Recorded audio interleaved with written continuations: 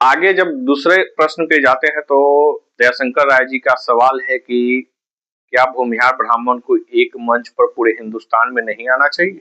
एक मंच ऐसा हो जहां जो भी हम लोग से संभव हो, मदद हो, ले लोग, और हम लोग हर कदम से कदम मिलाकर के साथ चलेंगे और एक मंच पर पूरे हिंदुस्तान में भूमिहार ब्राह्मण को परिवार को लाया जाए ताकि हम सब एकजुट होकर के समाज को एक नई दिशा, मजबूत दिशा और मजबूती के साथ एक दूसरे के साथ खड़े रह सके। तो उनका दूसरा सवाल का सुन लीजिए। बहुत बढ़िया है। हम आगे ये हम जानना चाहते हैं, आप राष्ट्रीय स्तर के विद्वान हैं, आप जगह जगह जाते हैं, तो क्या इस तरह का कोई एक मंच नहीं बनाया जाए कि पूरे देश के जो भूमिहार ब्राह्मण हैं इनको उसमें समाहित किया जाए, उनको एक किया जाए, उनसे अपने विचारों का आदान प्रदान किया जाए।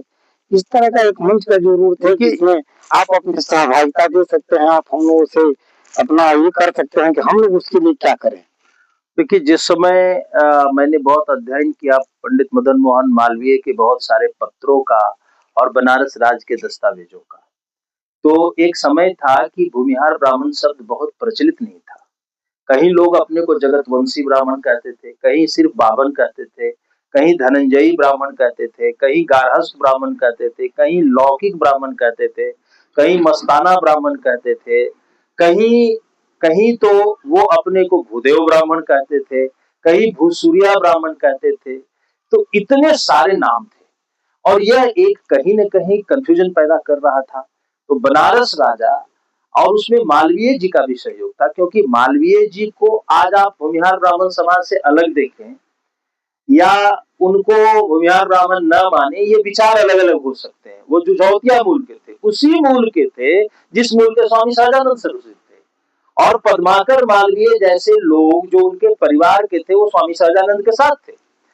और मैं ये बात इसलिए बता रहा हूं क्योंकि भूमिहार ब्राह्मण ने भारत धर्म महामंडल, इसके गठन में जो सनातन धर्म की रक्षा के लिए प्रभुत्व दान दिया, बनारस के राजा ने तुलसी के रामचरितमानस को स्वर्ण पेटिका में रखने का काम किया और रामलीला को, जो आज भी बनारस की रामलीला है, रामलीला को संरक्षण किसने दिया?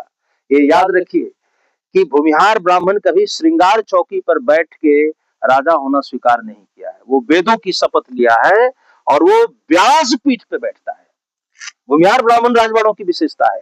बनारस का रामनगर का किला, रामनगर क्यों नाम रखा गया? अयोध्या तो नहीं था वो, लेकिन एक काशी में राम का नगर बसाने की संकल्पना भूमिहार ब्राह्मणों की थी। भूमिहार ब्राह्मण पूरे भारत के हिंदू समाज और विशेषकर ब्राह्मण समाज की एकता के पक्ष में थे। इसका एक उदाहरण है कि जब मदन मोहन मालवीय जी ने अखिल भारतीय ब्राह्मण महासभा का गठन किया तो उसके अध्यक्ष मालवीय जी को ही राजा ने बनाया, लेकिन एक संगठन में कार्य कौन करता है? कार्य करता है जनरल सेक्रेटरी, और वो जनरल सेक्रेटरी बने थे काशी के राजा, ब्राह्मण समाज को चलाने के लिए।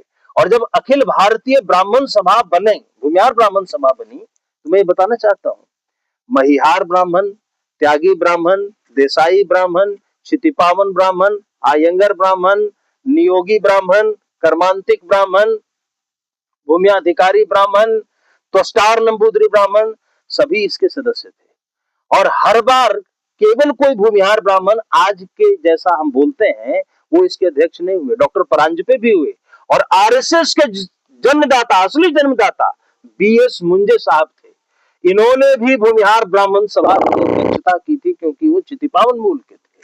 तो भूमिहार ब्राह्मणों ने एक विराट संगठन कायम किया था और ये संगठन बिखर गया।